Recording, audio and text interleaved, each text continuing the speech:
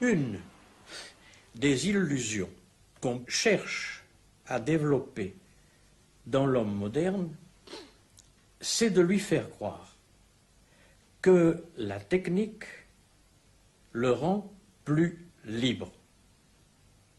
Si vous utilisez tout un tas de moyens techniques, vous êtes plus libre. Libre de quoi? Ah, vous êtes libre de manger des bonnes choses, c'est vrai, si vous avez l'argent. Vous êtes libre d'avoir une auto qui vous permet de voyager. Vous êtes libre d'aller à l'autre bout du monde, de visiter Tahiti. Vous voyez, la technique vous permet d'être libre. Vous avez des images qui viennent du monde entier. C'est merveilleux, c'est extraordinaire. Donc, vous avez un univers libre devant vous. Je pense à un petit fait. L'auto. Eh bien, au moment des vacances, 3 millions de Parisiens, chacun va décider tout à fait librement qu'il prend son auto pour aller vers la Méditerranée. Ils sont 3 millions à décider librement de faire la même chose. Alors je dis, est-ce que vraiment l'auto est un moyen de libération? Sinon, absolument pas une seconde réfléchie qu'ils sont en définitive rigoureusement déterminés par l'appareil technique, par le genre de vie qu'ils mènent, et qu'ils sont une masse, en définitive, parfaitement cohérente.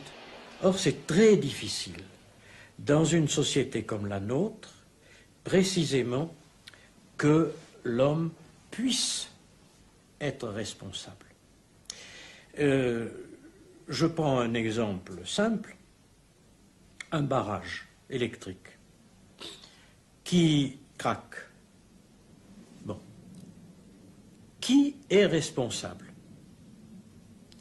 Il y a les géologues qui ont fait l'étude du terrain, il y a les ingénieurs qui ont établi le profil du barrage, il y a les ouvriers qui ont construit le barrage, il y a les hommes d'État qui ont pris la décision de faire le barrage à cet endroit. Qui est responsable? Personne. Il n'y a jamais de responsable, nulle part. Et dans toute la société technicienne, parce que les tâches sont toutes particularisées, c'est-à-dire divisées en petites fractions, il n'y a jamais de responsable. Mais en même temps, il n'y a jamais d'homme libre. Ils sont tous insérés à un certain niveau du travail à faire, et puis c'est tout. Et je pense à cette excuse épouvantable qui a eu lieu. Pour moi, ça a été une des choses les plus épouvantables que j'ai entendues.